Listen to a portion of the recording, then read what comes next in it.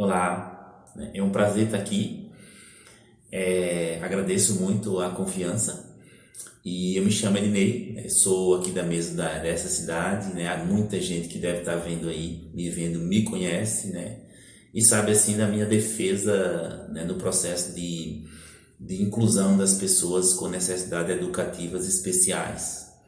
Então eu tenho assim um trabalho, né, venho tendo os estudos, né, tem 5 anos que eu faço um estudo de mestrado em nível de doutorado, a minha tese de discussão do papel social da escola, né, e ao discutir o papel social da escola, eu discuto e venho descobrindo a necessidade de tornar mais próxima a escola dessas pessoas com necessidade educativa especiais, ou seja, que a escola seja um lugar, né, que possa acolher os mais vulneráveis, e os mais vulneráveis inclui-se as crianças com necessidade educativa especial.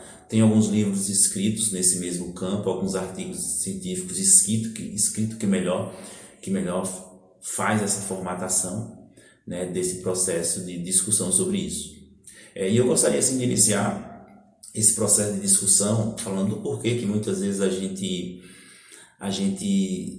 cria sem empatia de uma bandeira de luta no processo de discussão, né, da ampliação dos direitos das pessoas com necessidades educativas nos municípios e hoje especificamente no município de Barro Alto. Né? Por que a gente fala disso? Né? A gente vê historicamente que desde lá na Grécia Antiga, né, principalmente em Esparta, onde todas as crianças que nasciam lá elas tinham assim um grande momento histórico para as famílias de serem guerreiras, nasciam para ser soldados.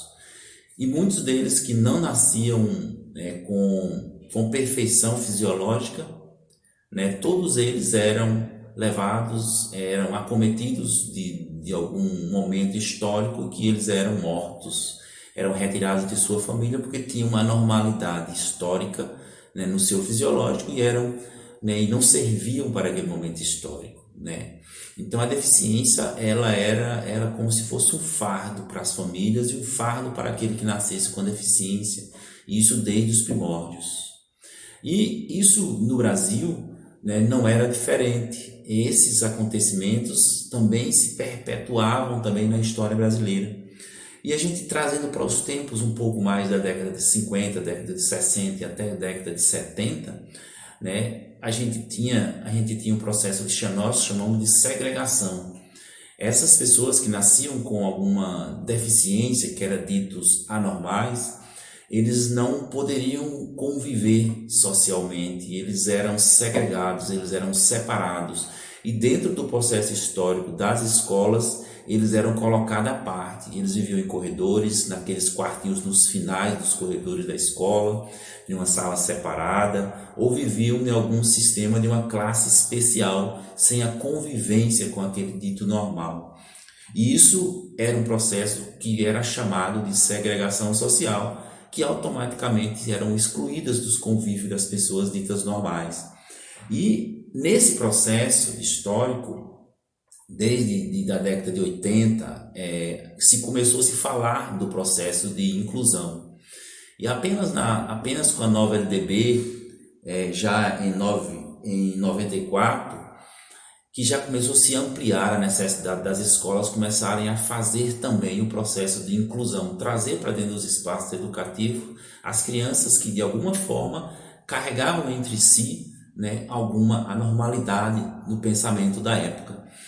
E aí, com o limiar do processo da LDB, né, e com a evolução desses conceitos de inclusão, apenas dentro do processo já depois, né, já próximo de 2010, em 2008, é que se lança a educação especial na perspectiva inclusiva, né, que essa educação na perspectiva inclusiva é que ela trazia já a ideia de que as escolas deveriam abrir as suas portas também para as pessoas especiais, para as pessoas que tinham uma deficiência, que tinham um transtorno global do desenvolvimento, ou aqueles que tinham uma alta habilidade ou até uma superdotação. E aí, esse foi a ampliação desse olhar. Porém, quando isso chegou para as escolas no Brasil, isso foi uma catástrofe do ponto de vista de que as escolas não estavam preparadas para isso.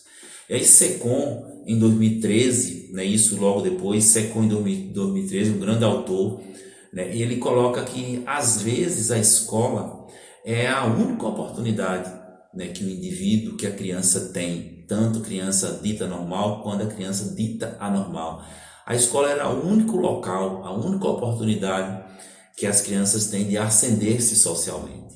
E a gente fala principalmente daquelas crianças que são deficientes, ou aquelas crianças que vêm de um convívio vulnerável, que vêm de localidades pobres, e eles têm na escola esse único espaço, né, de conviver e de acreditar ser possível sair de uma condição de miséria, de uma condição de pobreza. E aí a gente tinha uma escola fechada que acreditava que ela só deveria cuidar daqueles que estavam lá na escola, porque sabiam ler, escrever e contar. Aqueles que eram deficientes ficavam à margem, porque eles não aprenderiam aquilo que a escola foi feita para ensinar. E aí essa é a primeira questão, a primeira ruptura que a gente tem que ter ao levar as crianças deficientes para a escola. Que a escola precisa compreender que a função dela não é só ler, escrever, contar, não é fazer as crianças ler, escrever, contar.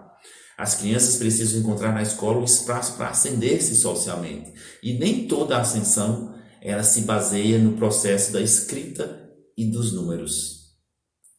E aí a gente percebe que 3 questões importantes.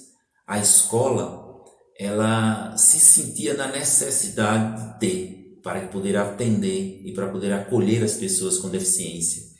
A primeira é que se falava da necessidade urgente de que os professores teriam que ter formação.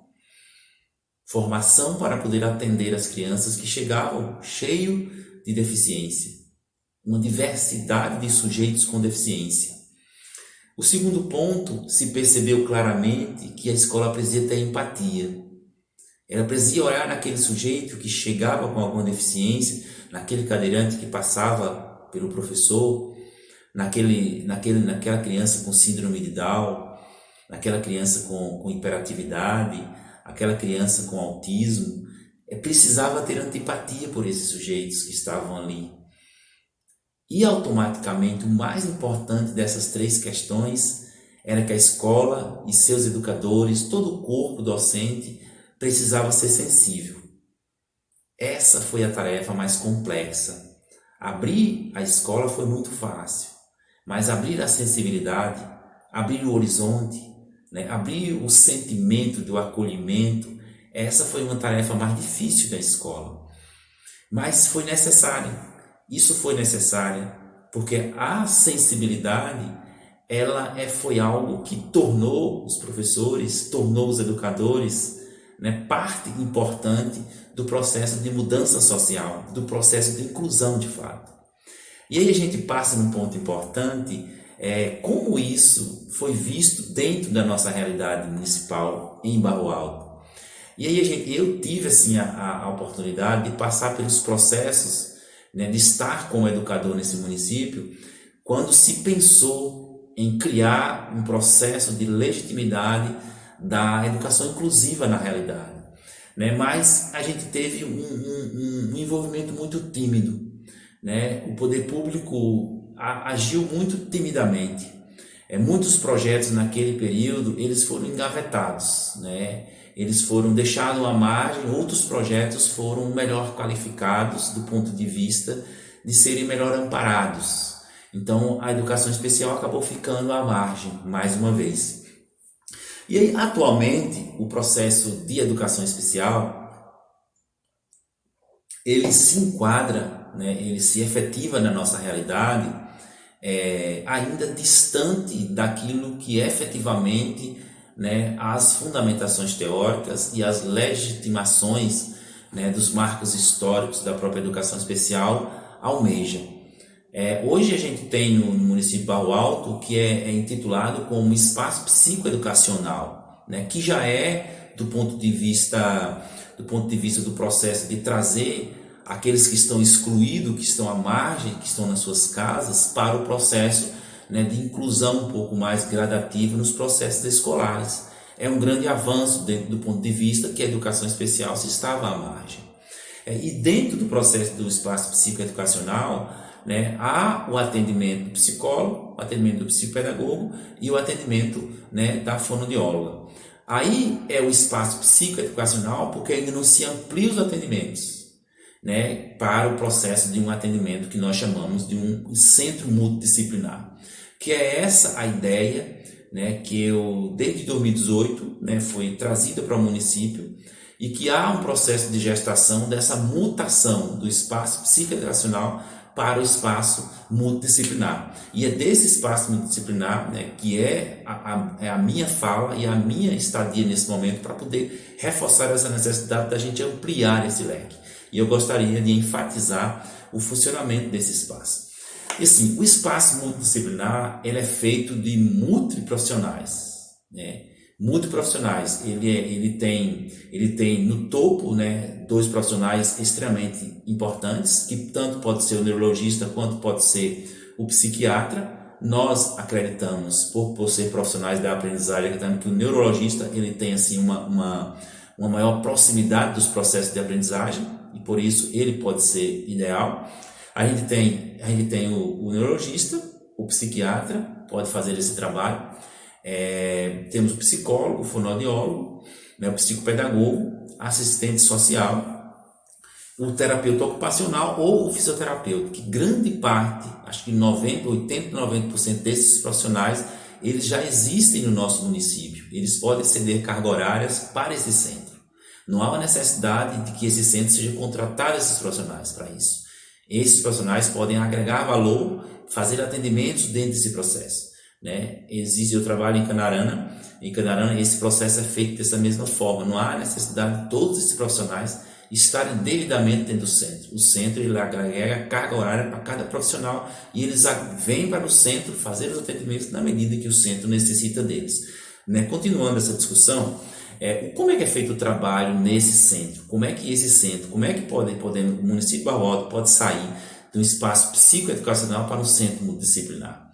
Ou seja, como é que é feito o trabalho? As escolas estão em rede, as escolas têm dentro dos seus espaços crianças que pulam para lá, pulam para cá e que é perceptível alguma anormalidade, alguma deficiência, algum transtorno, alguma dificuldade de aprendizagem que a mãe muitas vezes já traz para a escola. Qual é a função da escola nesse exato momento com a coordenação? É elaborar-se um relatório, elaborar uma queixa e encaminhar para esse centro.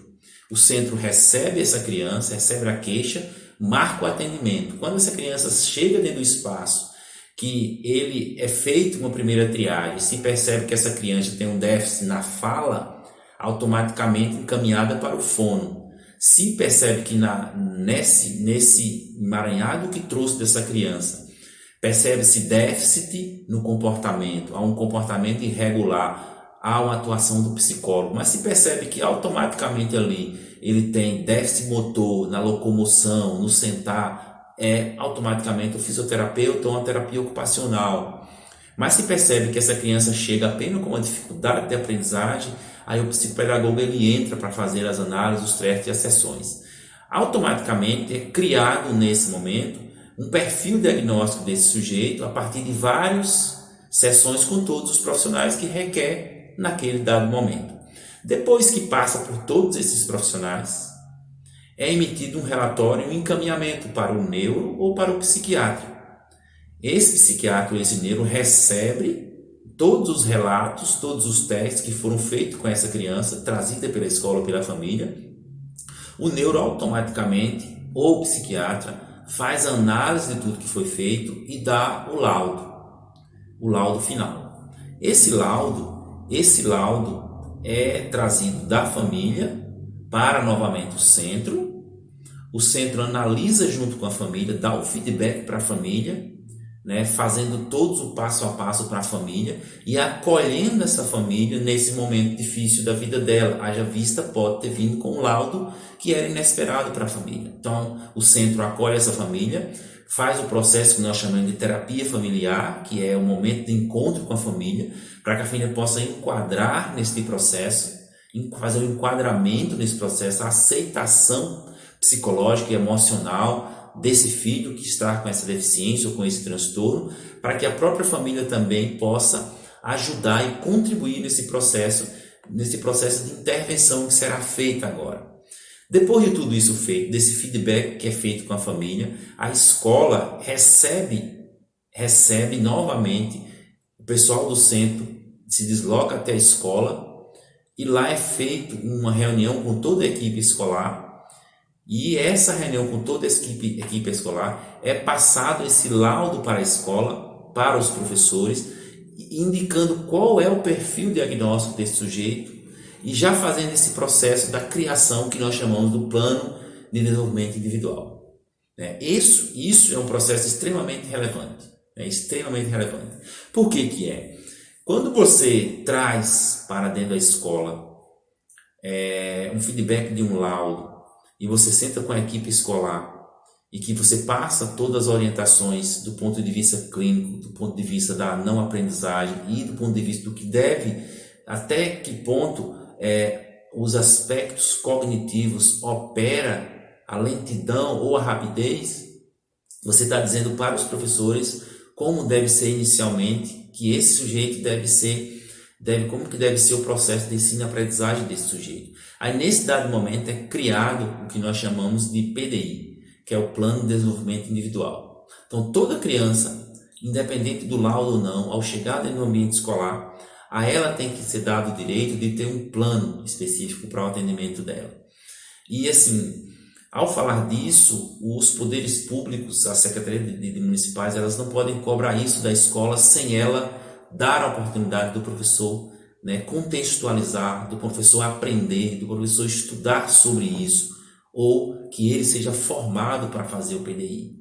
E o PDI nada mais é do que um mesmo planejamento que o professor faz para os seus alunos ditos normais, porém ele vai fazer para a criança que chegou na escola com o laudo.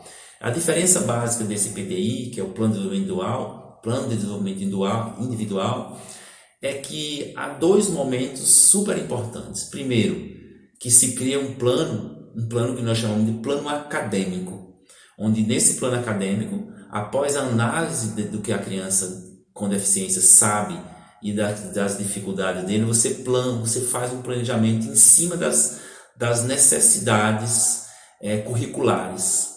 O que é que, mesmo ele estando no 5º ano, se ele está no 5º ano, mas ele não sabe ainda o alfabeto, ainda não sabe fazer as pequenas sílabas, é isso que deve estar no plano. Não que ele tenha que acompanhar os outros colegas da turma, ele tem que acompanhar cognitivamente como o seu cérebro opera e como está a sua aprendizagem. Isso é o plano curricular. E, paralelo ao plano curricular, é feito também o plano funcional. O que quer dizer isso? Essa criança especial que chegou com o laudo, ela sabe, por exemplo, será que ela sabe ir ao banheiro? Será que ela sabe ficar numa fila? Ela sabe escovar os dentes? Ela sabe quando o professor chama, ela consegue atender? Ela sabe, por exemplo, que tem a hora de ir no banheiro, tem a hora de pedir licença? Ela sabe, por exemplo, alimentar-se sozinha? Ela sabe fazer as necessidades fisiológicas sozinha? Se essas são as questões sociais, que nós chamamos de plano funcional, habilidades sociais, ela não sabe, essa é uma missão também da escola.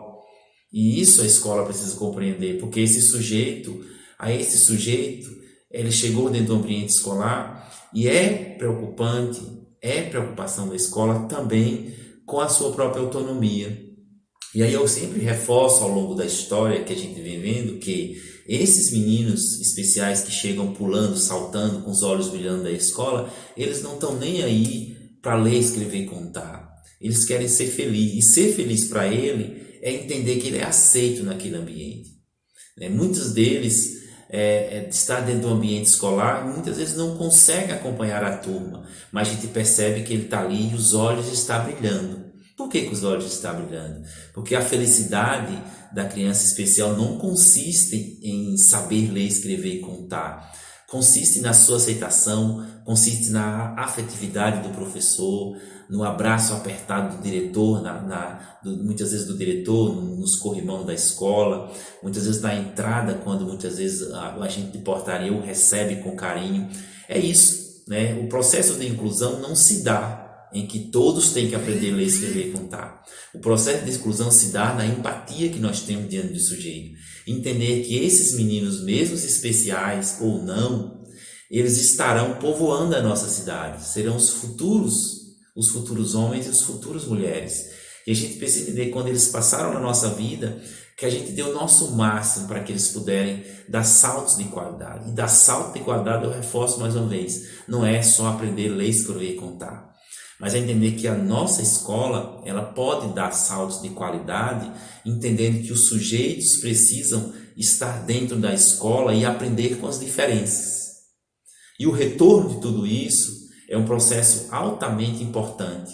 É entender que eles passaram pela nossa própria vida e que o nosso toque, né, o nosso olhar e o nosso afago, o nosso afeto sensível, ele foi capaz de modificar, né, um rosto triste que ficava dentro do quarto, isolado dentro de casa, para um olho brilhante que começa a saltitar dentro da escola de felicidade, porque estar num ambiente que o acolhe, estar num ambiente que não mais segrega, mas que o acolhe. E aí, assim, eu acho super importante a gente compreender que o processo de inclusão, ele se dá nesse processo de gestação, né? A educação especial, ela não é algo fácil, ela também não é algo complexo. Ela precisa unicamente que nos espaços hoje das políticas públicas ou não, nos espaços, por exemplo, da Secretaria de Educação, que ao deparar com esses sujeitos especiais ou com um município em gestação, que as pessoas possam ter sensibilidade. Sem sensibilidade, a gente vai continuar fracassando como escola, a gente vai continuar fracassando como profissional da educação. E aí eu termino dizendo que todos nós precisamos ser como diz Moacir Gadot, né? A Moacir Gadot diz que quando a gente sai do universo da escola, ou melhor, quando a gente sai da universidade com o nosso diploma debaixo do braço, a nossa obrigação natural do diploma é que a gente, ao adentrar nos espaços educativos, ao nos encontrarmos na sala de aula com os alunos, a nossa obrigação de fazê-los escrever, contar, é uma obrigação conceitual. Mas quando a gente está dentro do mesmo espaço educativo e que a gente percebe, né, que apenas eu estou legitimando o que o meu diploma diz, eu não passo de um mero profissional do ensino. Isso diz Moacir Gadot, precursor de Paulo Freire. Mas quando eu vou para o ambiente educativo e que mesmo com o diploma meu debaixo do braço, eu consigo visualizar que é muito mais importante o afeto que eu tenho que dar para aqueles marginalizados que chegam já fracassados na escola, eu saio da minha condição de mero profissional de ensino para o educador, né, tenaz, aquele educador que entende que eu preciso fazer parte do ato educativo. Se eu não faço parte do ato educativo na minha escola, na minha comunidade, eu fracasso, primeiramente como pessoa, e automaticamente eu me fracasso como profissional de educação. Eu espero ter ajudado, né? Espero ter ajudado e que a gente possa continuar, né, nesse processo de legitimação, né, da educação especial e que a gente possa sonhar, né, com uma realidade municipal onde as crianças, né, especiais ou não, né, possam ser olhadas como aquelas que irão povoar a nossa cidade e que irão povoar a nossa cidade e que esse povoar a nossa cidade, né, sejam frutos positivos, que a gente possa brilhar os nossos olhos e olhar dizendo, ali sim, né, eu pude colocar o meu dedo positivo. Um abraço a todos, espero ter contribuído. Tchau, tchau.